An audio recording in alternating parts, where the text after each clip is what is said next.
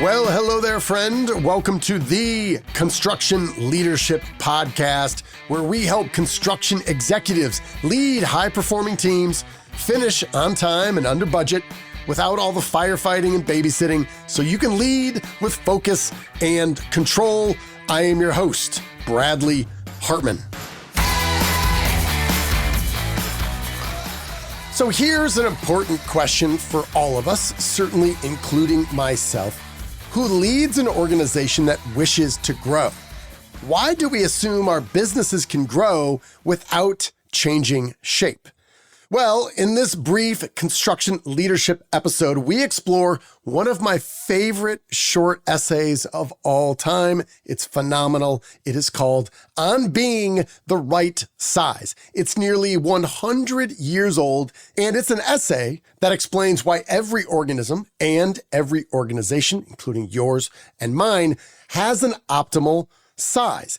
And the essay asks and answers some important questions about organisms and organizations. How do they grow? How do they soar? How do they maintain momentum? And what happens when they fall?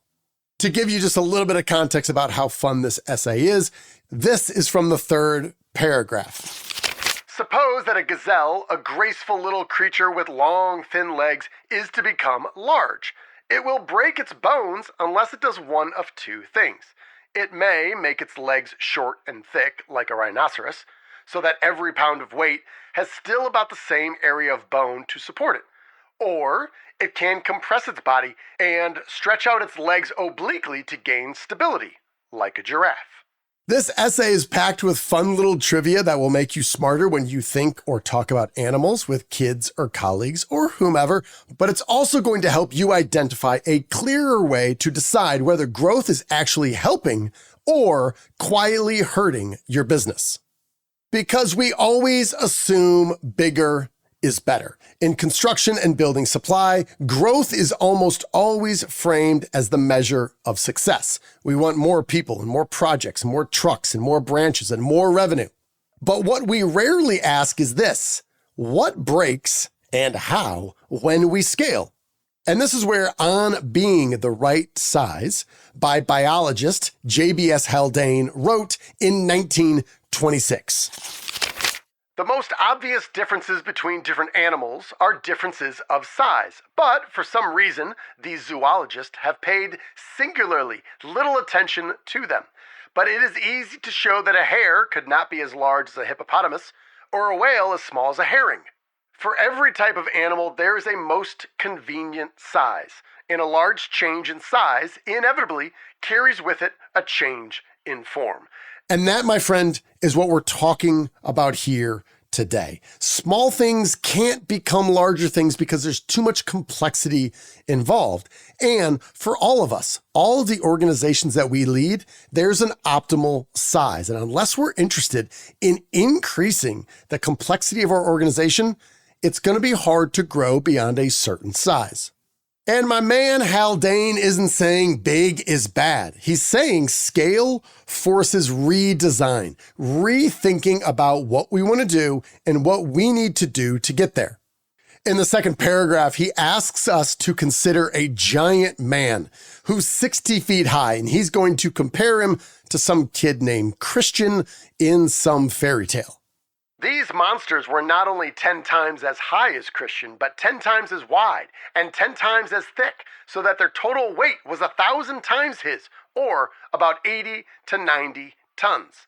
Unfortunately, the cross sections of their bones were only 100 times those of Christian, so that every square inch of giant bone had to support 10 times the weight borne by a square inch of human bone. As the human thigh bone breaks under about 10 times the human weight, these monsters would have broken their thighs every time they took a step. The leadership translation here is this: you can't just make your current business 10 times bigger and expect it to work the same way. The bones, the systems, the people, the processes, these will fail first. And this leads to an important question. What happens when we are at a certain size and we fall? If we're soaring and we inevitably succumb to gravity, what happens? Well, Haldane has some thoughts on this. You can drop a mouse down a 1,000-yard mine shaft. And on arriving at the bottom, it gets a slight shock and walks away, provided that the ground is fairly soft. A rat is killed. A man is broken. A horse splashes. The point he's making is there are some trade-offs you make, and when you're a bigger organization and you fall, it increases the likelihood that you'll die. There's something about that phrase, a horse splashes, that is wonderfully disgusting and memorable. But the point he's making is this: the bigger you are, when things go wrong and you fall, you have an increased probability of dying because there's less resistance. And you look at some of the colossal collapses of all time, whether it's Enron or Lehman Brothers or Bear Stearns, whatever it is, the larger organizations find themselves increasingly at risk if things go wrong to completely collapse. And to me, there's an element of that is counterintuitive. And this complexity isn't optional. It's the price of size. And if you look around your organization and you're struggling with the complexity that you've got, it might not be a leadership failure. Complexity is, in fact, a biological necessity of scale. So what does this mean for us? If you're a small operation, you can have informal communication. Everyone knows everything. Tribal wisdom is fine. You don't have to write anything down. You can have one bookkeeper and one dispatcher and one sales lead or one project manager. It doesn't matter. You can keep it small. You can keep it informal. You don't have to make it complex. But once you get into a larger operation, yeah, you're going to need an HR department. You're going to have a formal onboarding process. You're going to need to teach people how to use the CRM or expense things. You're going to find the need for middle management. And the relevant question here, and I've got 2 different clients, we are asking this very specific question, is this: are you willing to pay now for that complexity? And we went through this at my own company last year. We thought we were suffocating with all the work that we had. So we said, okay, we need to hire 2 new people. So we went and hired these people, and immediately I realized there was increased complexity, and that complexity needed more of my time and attention and energy that I did not want to give it. So I had to let these people go, and I felt terrible. And I said, you know what we're not going to do? We're not going to hire people in this situation until we are ready to absorb that complexity. When I laid it out on paper, it seemed smart. It seemed obvious what I needed to do. But the additional coordination and the additional management time, the more friction, less clarity, more annoyances, more BS, all of that, I was not willing to accept. So instead of giving me more room to breathe, I felt that there was less oxygen in the building. And actually, Haldane had something to say about this as well. A man, for example, has 100 square yards of lung. Similarly, the gut. Instead of being smooth and straight, it becomes coiled and develops a velvety surface, and other organs increase in complication. The higher animals are not larger than the lower because they are more complicated. They are more complicated because they are larger. And this is such an amazing pair of sentences back to back. I want to read it one more time. The higher animals are not larger because they are more complicated. They are more complicated because they are larger. What he's saying is, as you grow, you have to become more complicated. The increased complexity is a trade-off you're making to grow. The risk of bureaucracy is what is required when you grow. And yeah, everybody wants more revenue and more scale and more market presence and a bigger and better reputation.